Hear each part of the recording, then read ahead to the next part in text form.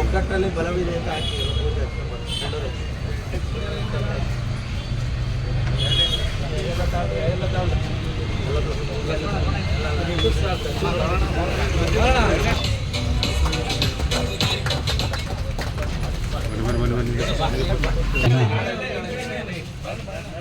ಜನಪ್ರಿಯ ಶಾಸಕರಾದಂಥ CN ಬಾಲಕೃಷ್ಣರವರು ಉದ್ಘಾಟಿಸ್ತಾ ಇದ್ದಾರೆ.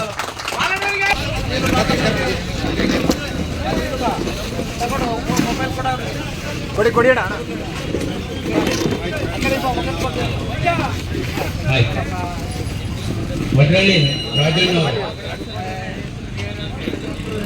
ವೇದಿಕೆಯ ಹತ್ತಿರ ಬರಬೇಕಾಗಿ ವಿನಂತಿ.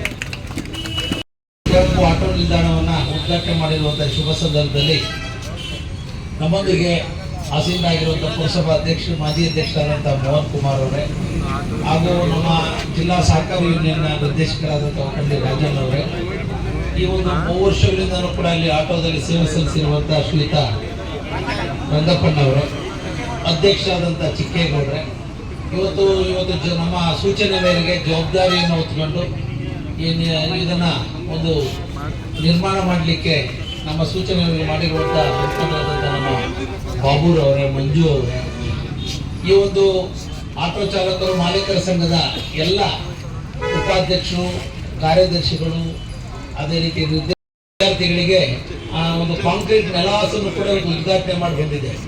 ಇಡೀ ರಾಜ್ಯಕೋಶ ತಾಲೂಕು ಮಟ್ಟದಲ್ಲಿ ಸ್ಕೇಟಿಂಗ್ ಅವಕಾಶವನ್ನ SKY ಒಂದು ಸಂಸ್ಥೆ ಅವಕಾಶವನ್ನು ಮಾಡಿದೆ. ಅವ್ರು ರಿಕ್ವೆಸ್ಟ್ ಕೂಡ ಮಾಡಿದರು, ಅದನ್ನು ಒಂದು ಸುಸಜ್ಜಿತವಾಗಿ ಅದನ್ನು ಮಾಡಿಸ್ಕೊಟ್ಟಿದೆ. ಅದನ್ನು ಕೂಡ ಇವತ್ತು ಲೋಕಾರ್ಪಣೆ ಮಾಡುವಂಥ ಕೆಲಸವನ್ನು ಮಾಡಿದ್ದೇವೆ. ಸುಮಾರು 50 ಮಕ್ಕಳಲ್ಲಿ ನೋಂದಣಿಯಾಗಿದ್ದಾರೆ. ಆ ಒಂದು ಸೌಲಭ್ಯವನ್ನು ಕೂಡ ಎಲ್ಲ ಪೇರೆಂಟ್ಸು ಅವ್ರ ಮಕ್ಕಳಿಗೆ ಉಪಯೋಗ ಮಾಡ್ಕೊಳ್ಳೋ ನಿಟ್ಟಿನಲ್ಲಿ ಸಹಕಾರವನ್ನು ಮಾಡಬೇಕು ಅಂತ ಕೂಡ ಹೇಳಿ, ಇನ್ನೂ ಕೂಡ 6 ಪಾರ್ಕ್ಗಳಲ್ಲಿ ಅಭಿವೃದ್ಧಿ ಕೆಲಸಗಳು ಆಗ್ತಾ ಇದೆ. ಅದಾದ್ಮೇಲೆ ಅವೆಲ್ಲವನ್ನು ಕೂಡ ಲೋಕಾರ್ಪಣೆ ಮಾಡುವಂಥ ಕೆಲಸವನ್ನು ಕೂಡ ಮಾಡಿಕೊಡ್ತೀವಿ ಅಂತಕ್ಕಂಥ ಮಾತನ್ನು ಕೂಡ ನಾನು ಈ ಸಂದರ್ಭದಲ್ಲಿ ಹೇಳಿ, ಇವತ್ತು ನಮ್ಮ ಚನ್ನರಾಯಪಟ್ಟಣ ಬಸ್ ಸ್ಟ್ಯಾಂಡ್ ಇಲ್ಲಿ ಇರ್ತಕ್ಕಂಥ ಬಸ್ಸು 100 ಬಸ್, ಅದು 4 ಟ್ರಿಪ್ ಆದ್ರೂ 400-500 ಆಗ್ತದೆ. 1500 ಟೋಟಲ್ ಅದು ಸೇರ್ಕೊಂಡಾಗೆ ಬಸ್ಸು ಬಂದು ಹೋಗ್ತಕ್ಕಂಥದ್ದು 24 ಗಂಟೆಗಳಲ್ಲಿ 2053 ಹೈಯೆಸ್ಟು ಇದು ಬಸ್ಸಿನ ಒಂದು ಮೂವ್ಮೆಂಟ್ ಇರ್ತಕ್ಕಂಥದ್ದು ನಮ್ಮ ಚನ್ನರಾಯಪಟ್ಟಣ ಬಸ್ ಸ್ಟ್ಯಾಂಡ್ನಲ್ಲಿ.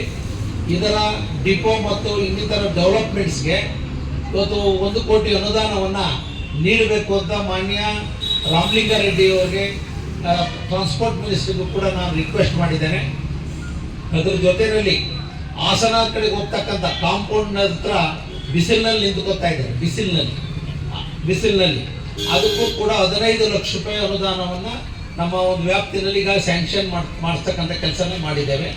ನಿಮ್ಮ ಬಸ್ ಸ್ಟ್ಯಾಂಡ್ ಒಳಭಾಗದ ಆಪೋಸಿಟ್ ಕಾಂಪೌಂಡ್ ಸೈಡ್ಗೆ ಒಂದು ಶೆಲ್ಟರ್ಸ್ನ ನಿರ್ಮಾಣ ಮಾಡಿ ಮಳೆ ಮತ್ತು ಬೇಸಿಗೆ ಕಾಲದಲ್ಲಿ ಆಗಿರ್ತಕ್ಕಂಥ ಸಾರ್ವಜನಿಕರಿಗೆ ಸಂಚರಿಸ್ತಕ್ಕಂಥವರಿಗೆ ತೊಂದರೆ ಆಗಬಾರ್ದು ಅನ್ನೋ ದೃಷ್ಟಿಯಿಂದ ಅದನ್ನು ಕೂಡ ಸ್ಯಾಂಕ್ಷನ್ ಮಾಡಿಸಿದ್ದೀವಿ. ಇನ್ನೊಂದು 10-15 ದಿವಸಗಳೊಳಗಡೆ ಬುದ್ಧಿ ಪೂಜೆ ಮಾಡಿ ಅದನ್ನು ಕೂಡ ಅವಕಾಶವನ್ನು ಮಾಡಿಕೊಡ್ತೀವಿ ಅಂತಕ್ಕಂಥದ್ದನ್ನು ಕೂಡ ಹೇಳಿ, ಈ ಭಾಗಕ್ಕೆ ಒಂದು ಐಮಾಸ್ ಲೈಟ್ ಬೇಕಾಗಿದೆ ರಾತ್ರಿ ಸಮಯದಲ್ಲಿ. ನಮ್ಮ ಬಸ್ ಸ್ಟ್ಯಾಂಡ್ನಲ್ಲಿ ಈ ಕಡೆ ಇನ್ನೊಂದು ಐಮಾಸ್ ಲೈಟ್ ಪುರಸಭೆಯಿಂದ ಹಾಕ್ಸ್ಕೊಟ್ಟಿದೆ, ಅದನ್ನು ಕೂಡ ರೆನೋವೇಷನ್ ಮಾಡಿಸಿದ್ದೀವಿ. ಜೊತೆಗೆ ಒಂದು ಶುದ್ಧ ಕುಡಿಯ ನೀರಿನ ಘಟಕ, ಬಿಸಿ ನೀರು, ನಾರ್ಮಲ್ ವಾಟರು ಮತ್ತು ಕೋಲ್ಡ್ ವಾಟರ್ದು ಕೂಡ ಬಹುಶಃ ನೀವು ಉಪಯೋಗಿಸ್ಕೊತಾ ಇದ್ದೀವಿ ಅನ್ಸುತ್ತೆ.